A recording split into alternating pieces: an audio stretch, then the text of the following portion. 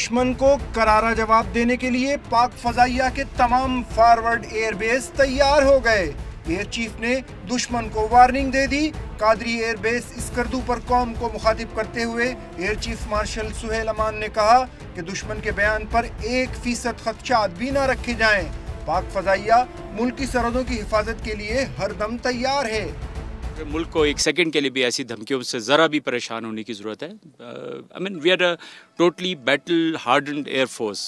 इतने बड़े counter terrorism operations हम लोगों ने किए हैं, किस सक्सेस के साथ के not only the whole nation, the whole world is witness to it. Skardu में जारी मशकों को उन्होंने मामूल की मशकें करार दिया।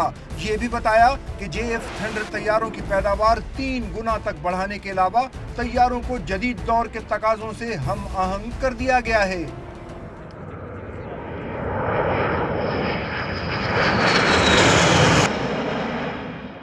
F-17 is equipped with all those roles।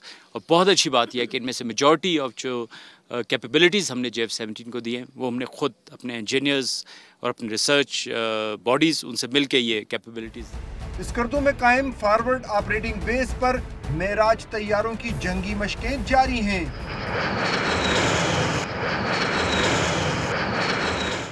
Air chief Suhail अमान ने बेस का दौरा किया और जंगी मशकों में हिस्सा लेते हुए खुद भी जंगी तैयारा उड़ाया और LOC और सियाचिन पर ऑपरेशनल तैयारियों का जायजा लिया।